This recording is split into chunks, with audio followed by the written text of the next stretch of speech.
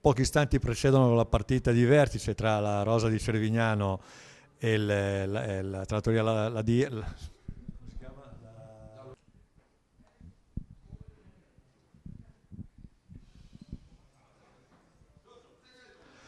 Mauro Florit, vicepresidente della Rosa, che tra pochi istanti affronterà la trattoria Dallodia per uno scontro al vertice, possiamo dirlo, vicepresidente? Beh, sicuramente è una partita importante che darà poi vita a un proseguo del girone in maniera importante sia per noi o per loro, per i nostri avversari. Sì, vi incontrate come terzo turno, siete appaiati a quota 4 e innanzitutto siete al completo come organico, vi manca qualcuno? Assolutamente al completo, anzi abbiamo per scelta tecnica alcuni, e per scelta tecnica e numerica alcune persone che hanno dovuto rimanere fuori per problemi di organico, di abbondanza di organico. Questa è la situazione che succede qui da noi agli amatori calcio della Rosa di Cervignano.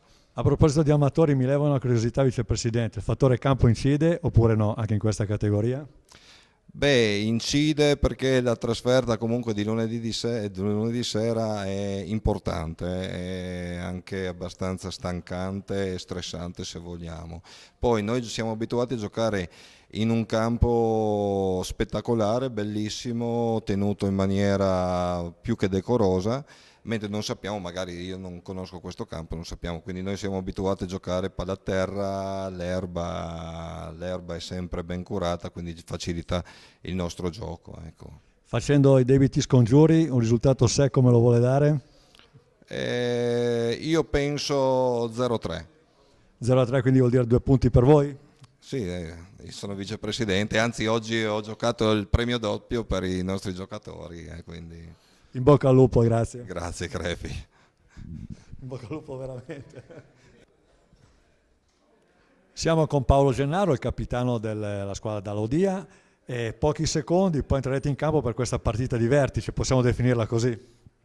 Possiamo definirla così per la classifica, ma non per lo spirito. Beh, sicuramente, ricordiamo che siamo al campionato amatoriale, Coppa Geretti, però insomma giocare per il trofeo è sempre uno stimolo in più. Sì, certo. E come vi presentate a questa partita? Siete al completo come organico oppure avete qualche defezione? No, siamo abbastanza al completo, a parte qualcuno per motivi di lavoro, per il resto non abbiamo problemi. Il tempo abbastanza, diciamo, clemente e il campo, se ovviamente giocate in casa, un pronostico secco? Chi lo sa, uno X2. 1x2 un pochettino un po' vago. No, debiti scongiuri a parte, cioè pensate di riuscire a portare a casa di vittoria? No, sicuramente siamo consapevoli che la squadra che incontriamo è molto forte ed è un'altra categoria rispetto a noi, quindi noi ci difenderemo, faremo il possibile, poi se viene qualcosa bene, se no amen, va bene lo stesso come tutte le altre volte. Beh, da parte mia in bocca al lupo comunque per un risultato che vi porti un punto in classifica. Grazie.